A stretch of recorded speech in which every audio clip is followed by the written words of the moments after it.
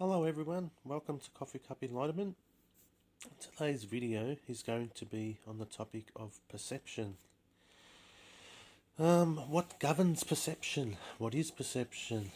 What is perception is you can say it's the current way that we perceive things or feel things in the world, and this is governed by, at the start, you can say, is filters.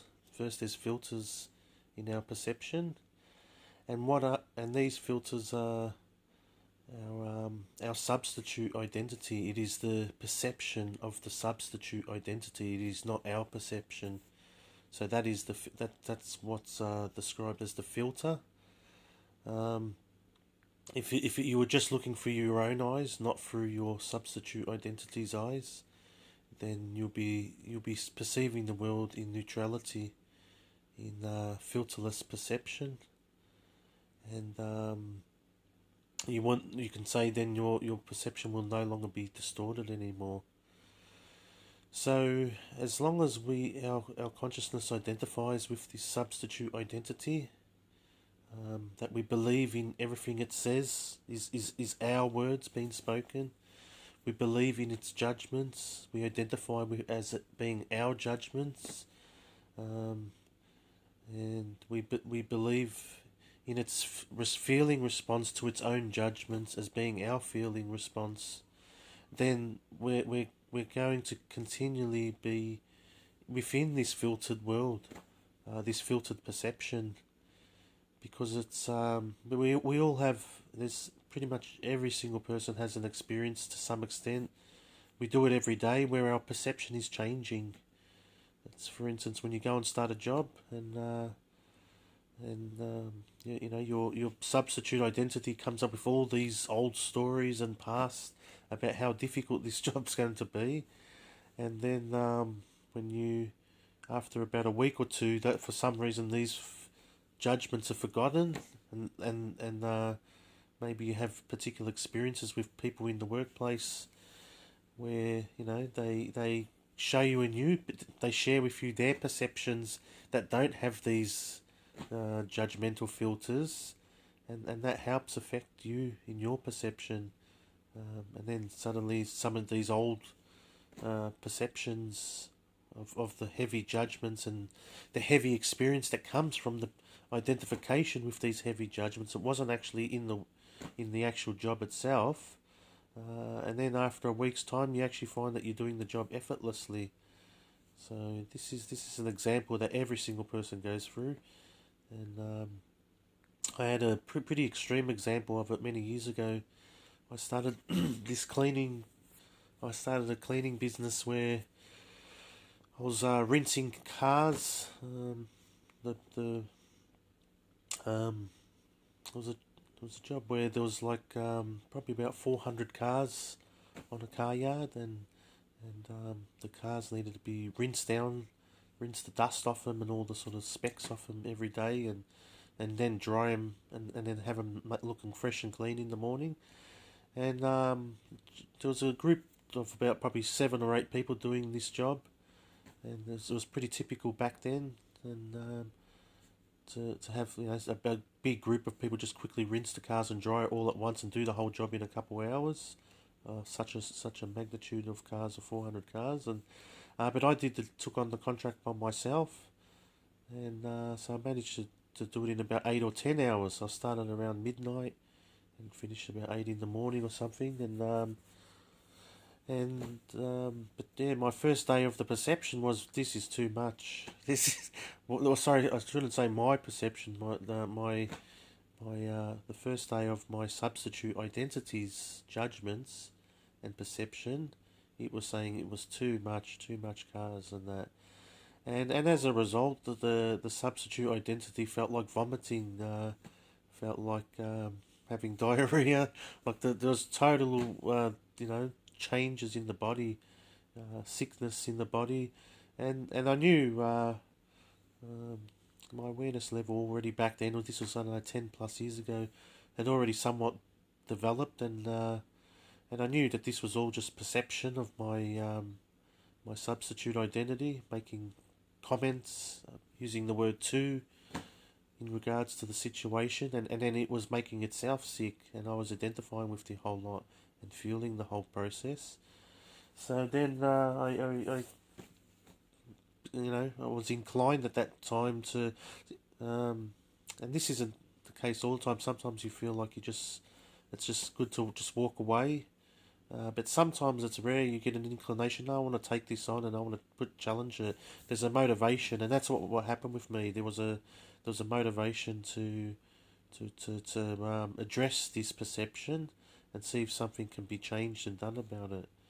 So I was pretty much within 7 days of from the first day of getting this contract. The body probably would have been dead from toxicity. Um, and and that's how extreme it was, because it was like, you know, just extreme sickness at the end of that 8 hour shift. And then so the next day I did a meditation and when I was out on the car yard, and I saw what's my job, and I saw it's just one. My job is just to dry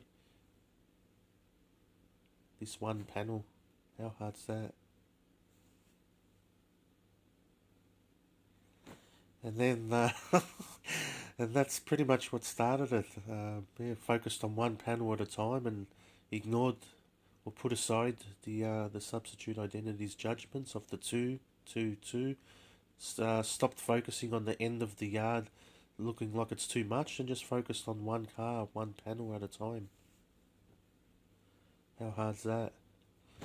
And then, so not only did I, within a few days, it probably took a few days, the perception, those filters of my substitute identity disappeared, and then so too disappeared was the experience, its experience, not my experience, which I already knew this was going to happen. Hence, probably why there was a motivation to do this, and so its experience disappeared of vomiting and probably death. Death was pretty much imminent. I know that sounds pretty strange, but that's how toxicity the body was in that perception. Just made such a big deal out of turning, as they say, turning mountains from molehills or whatever, or whatever. But yeah, so yeah, and so basically, yeah, within about a week, the perception filters of the substitute identity disappeared because I addressed them. Um, and then you can maybe say I'm creating a new filter by saying this. But for me, that's not really a filter, because it's just everything comes eventually back to neutral reality, and when there's no judgments imposed on reality, then what's left is it's neutral. So yeah, then the perception changed because the filters were no longer being believed in or identified or focused on or fueled by my attention anymore. And then so too the experience changed. And then pretty much within, I don't know, it might have been several weeks, I added probably 3 more car yards to that. So one person, and I actually developed some technologies to increase the speed.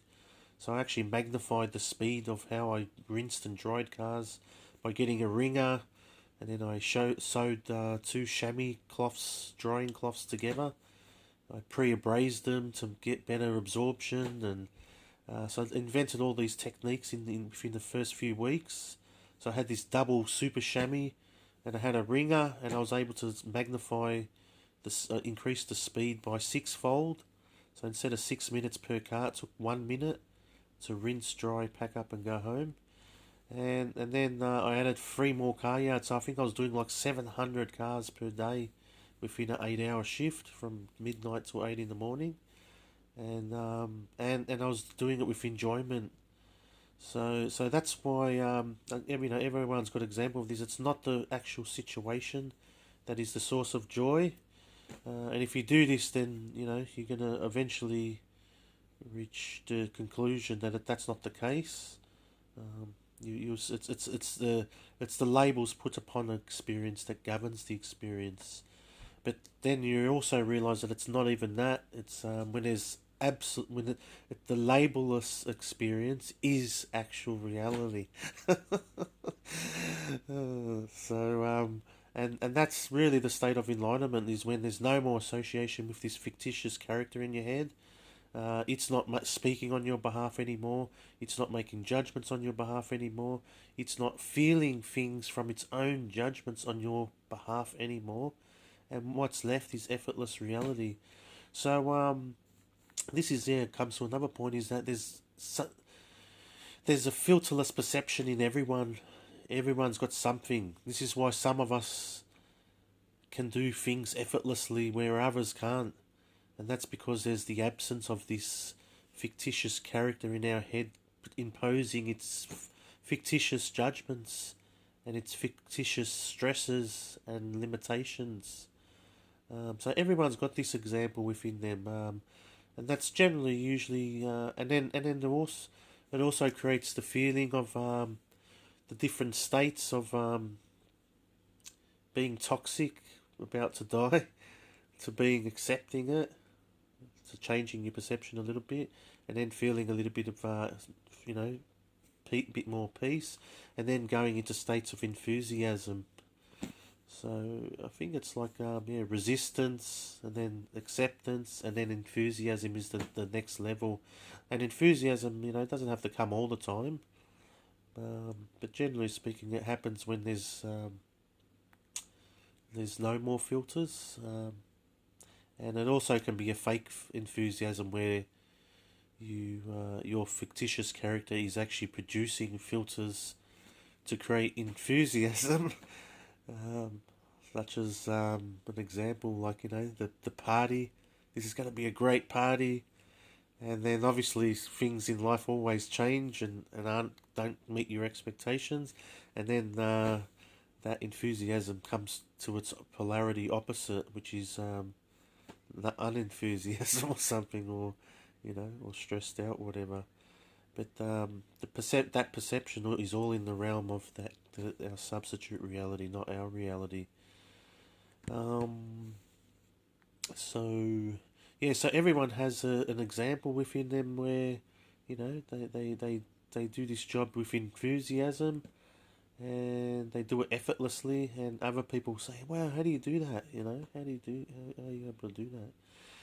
And what was interesting in the example with when I did this car yard contract, is that it actually changed the status quo of what is possible and not possible for this particular culture where I'm living in Melbourne, Australia. And at the time, so every the collective has the collective substitute identities have a perception of what's can and can't be done. So this perception, obviously, you can see it in history. It changes. Like with the example, probably a bit of an extreme example with racism, the perception of having a coloured person. Those photos of the coloured people sitting at a bar, having food, and trying to change the perception of the collective substitute identities, and there was lots of struggles in the movement. So that's what the movement is. It's really the movement of perception, and ultimately the movement of removing the filters of our perception. That's where we're ultimately all striving towards, and I guess that's what the movement towards racism, filters, which is just basically filters that the consciousness absolutely believes in at the time, but until those filters are sort of challenged, I guess sometimes, then the filters just stay the same. But generally, it's the nature of all filters to disappear eventually anyway. Your consciousness eventually sees them as just a filter, and they eventually crumble away most of the time on their own in a way. So that's why when people generally get older, Their consciousness just sees the repetitive Groundhog Day-ness of this filter over and over again, and then it becomes exposed as just a filter. It's not actual reality. It's just a filter imposed upon reality. And in that realization, there's no more identification with that filter as being your filter, and then it disappears. And that's what keeps our filters in place, is identification. Is you believe wholeheartedly, 1000%, that there isn't even a filter, even that what you're seeing is real, and it's coming from the world, the stress. No, it's not coming from anything else.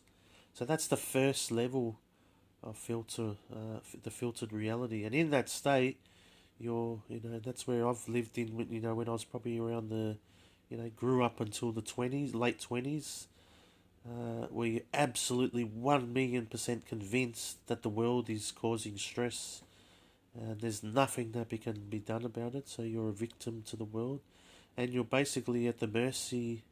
Your experience and feeling towards the world is at the mercy of what happens in the world. So whatever happens, it's just a yo-yo.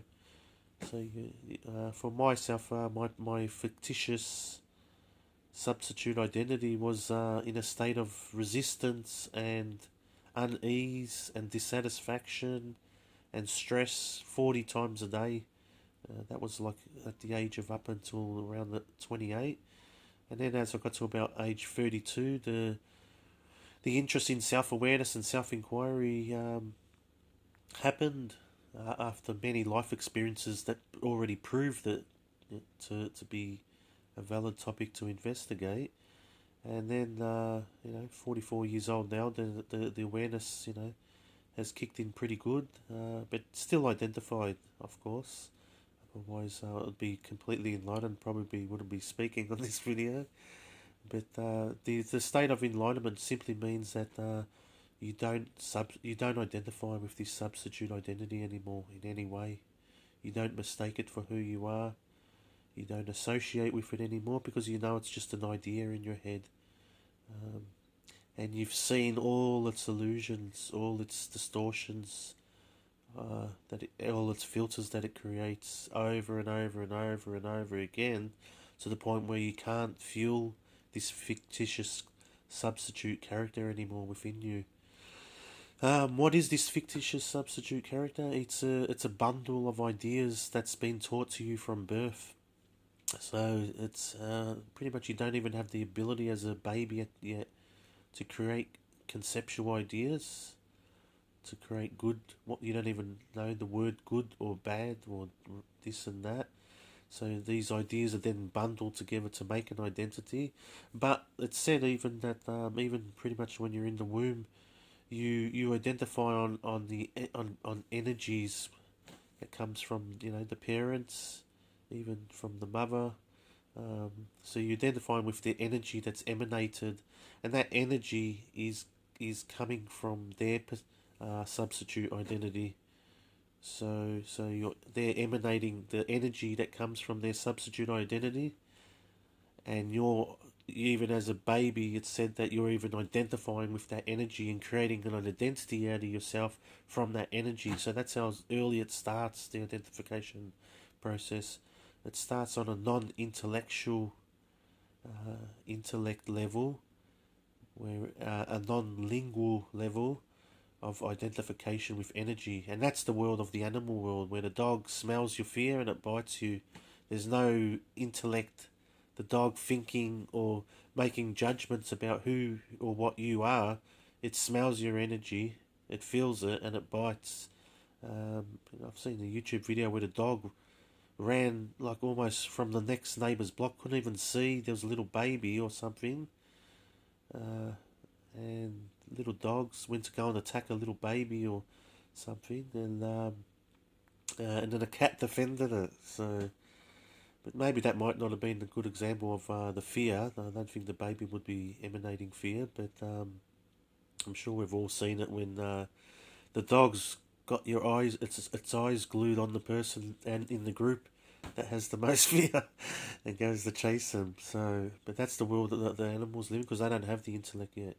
But as we learn intellect, then but now we have ideas to put in our head and to associate with and to form an identity out of. And then eventually, by the age of like 9 years old, it said that this substitute identity, or the ego as it's also known as, has pretty much formed its solid roots, and it's those it is this substitute identity that then governs your experience of reality throughout most of the rest of your life. But this video is obviously about going beyond this and eventually freeing yourself from all the shackles of distorted perceptions and distorted realities, and then eventually, hopefully, reaching the state of enlightenment, which is the state of normal. The reason why it's state of normal is because there's no more filters anymore. It's filterless reality. So you return back to default perception. It's a state of effortless as well, because there's all the state of struggle is the struggle of our substitute identity, not our identity. It has nothing to do with us. It is our life, our consciousness that we are, that associates in our mind's eye with this substitute identity, and it continually gets changed every week and upgraded with new ideas.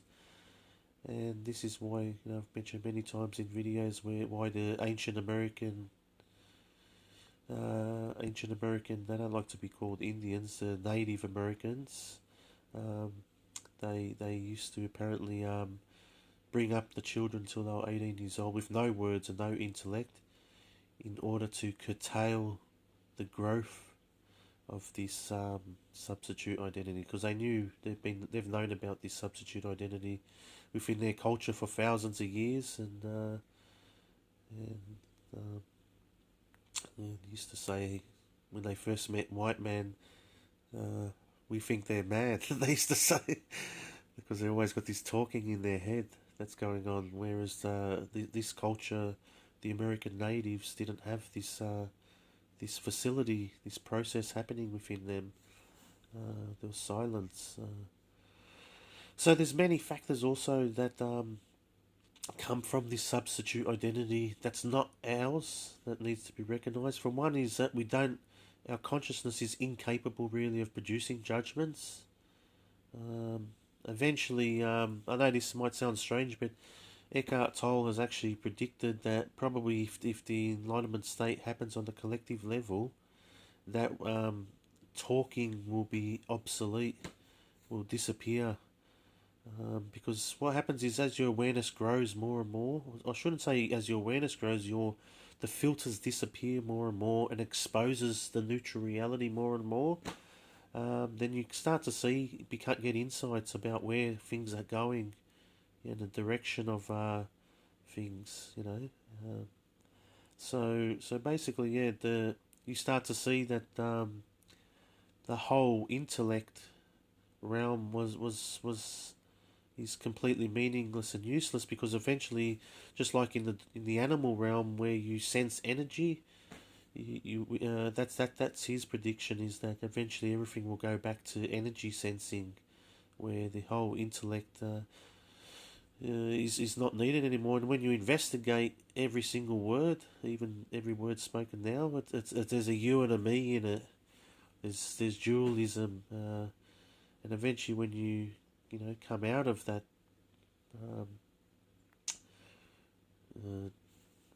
illusion perception of duality, that you see that there's just you as life, and this life is not individualized, nor is the life in everything else individualized, and that you are one and part of everything. Like in one of the latest Star Wars movies, with I think he's the blind Jedi guy, and he says, I am one with life and life is one with me, or something. And he uses that as his mantra to keep him in the realm of the... So Star Wars movies has got a lot of, heaps of... pretty much, the entire movies of Star Wars movies has a lot of themes of enlightenment in it. I think when the young Skywalker kid is doing those races in one of the new Star Wars movies, he says... I can't remember. He says something about, the now, and I think, yeah, the older Jedi gives the young boy advice and says, says some really wisdom words to keep him in the focus, so he can win this race. I can't remember what it was, but yeah, there's lots of amazing themes to enlightenment in Star Wars movies, and I feel that that's what governs people to enjoy movies. The more themes of enlightenment in it, because underneath everyone wants to wake up. So if you can feed that and give insights to waking up, then I believe that's what governs the greater success of a movie, and what gets it to get more in the box office. Is governed by the higher level of insights and power, and that can come in infinite different ways. It doesn't just have to come in a sci-fi Star Wars movie. You can come through comedy, exposing filters that have been long held by society as a collective, by not as a society, but by the collective of the substitute identity of the society, and exposing it and creating laughter. Laughter is the release of those filters, exposing those filters for what they are. So there's lots of, pretty much all comedy has that aspect in filter dissolving, you can call it. And then it's obviously also important point to point out is that different countries have totally different filters, So, and then so that can help if you travel from country to country and you do that for maybe a bit, or even just travel from town to town, even see the collective filters from town to town or state to state. Huge differences, and this then helps wake up your awareness to say, hey, what's going on here? Why do these people feel this way, and why do they see reality this way? Why is this country so serious and this country's more light-hearted? Is it the weather that's causing it? It brings up questions, and then you start to see, no, it's not. It's none of these things that are causing it.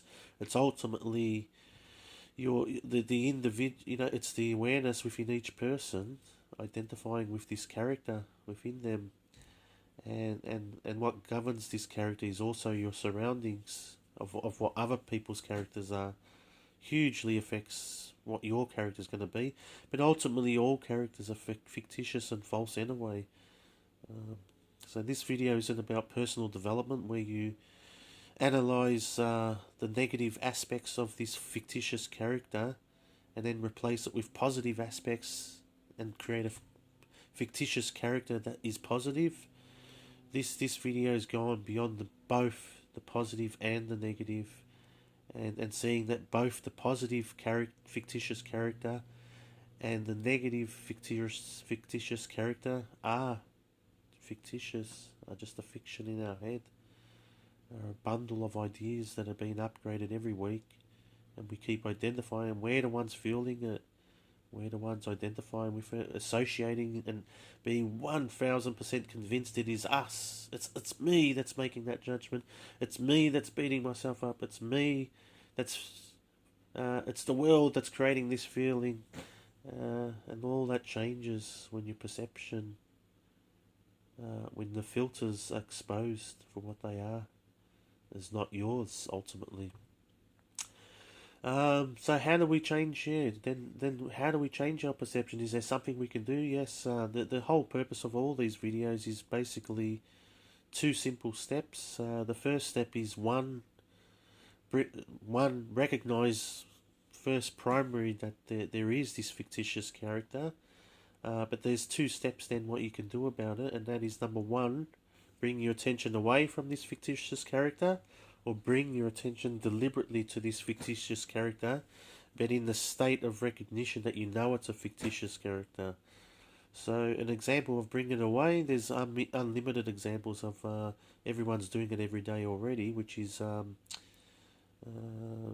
just if your fictitious character is making a judgment, then or you see someone that your friend's fictitious character is making a judgment, you know exactly what to do. For some people, they give a joke to break that focus and distraction, or they get their friend and say, "Come on, let's get you out of this. Let's get away from this bother, and let's get you focused on some other task that doesn't create any bother. It's not really addressing the situation directly about talking to the fictitious character, but for now, sometimes you have to do just that because not everyone's ready to understand yet about this fictitious character. Um, and there's still, you've seen it all in your own example, in your own life, that you were 1 billion% convinced of your fictitious character was you. There's still many, many aspects within myself also where I'm absolutely convinced my fictitious character is still me, and that's what still keeps it alive. That's what stops me living back to normal in the normal enlightenment state. Um, I might just pause it, see if there's anything else. Yes, so getting back to the 2 steps. So the first step is bringing attention away. Another example is that's what people do. There's the sitting closed-eyed meditation like the Buddha. That's what they're trying to achieve, is give themselves like 10 minutes or 20 minutes to spend within the day just to focus away. But even really, that is actually focusing on it as well, because it's noticing the monkey mind chatter when you're closing your eyes. So that's actually really focusing on it, but at the same time, you're creating distinction and discernment between you and it, and you're recognizing the whole purpose of meditation is to recognize that you are not it, you are not that monkey mind. Observe it, stand back, notice it, don't identify, don't judge it. Now, the word "don't judgment" is very tricky because it's not you making the judgment; it's the fictitious character trying to join you in the awareness process, and it's making the judgment of itself. So that's what happens. It's so tricky. This fictitious character that always finds ways to, get you to associate with it. But that's what it's meant to do, because ultimately, if you knew who you are, this fictitious character would disappear in a nanosecond, gone. It can't live in the state. It only lives in your sleepiness and of an unrecognition of yourself as formless consciousness, as contentless awareness, as the life itself. Um, when you don't recognize yourself as these descriptive words, then it's just a mirror. It's not personal. This fictitious character, nor obviously, and nor is its distorted perceptions and distorted feeling experiences and of the world. They're not personal. So it's all coming from that character, not our character, not our identity. Who our character is, it's characterless. You can say it's all characters. It's unbounded, because it's the life giver of things. It's not a thing itself. So that's why the attributes of it is infinity and eternity, as the Calvin Klein ads go. But they're the attributes of who we are. Infinity being because life itself is the life giver of this idea-based character in our head. And it's the idea-based character which is limited based on its current level of perception of what it thinks it is. And when that entire level of reality of perception disappears, then you're back to neutral reality, which doesn't have any limitations imposed on it, because there's no things, there's no filters, there's no sunglasses over your eyes anymore. So it's the sunglass that has the limitation. Different sunglasses have different limitations that correspond to the sunglasses. So it's not the world creating the perception, it's the sunglasses put over your eyes that govern what you see. And the feeling experience that you get, that you believe is your experience, isn't actually coming from the world. It's coming by the different sunglasses on your face. You get sunglasses with bigger shading abilities, or orange lenses, or rose-colored lenses. Your experience will change.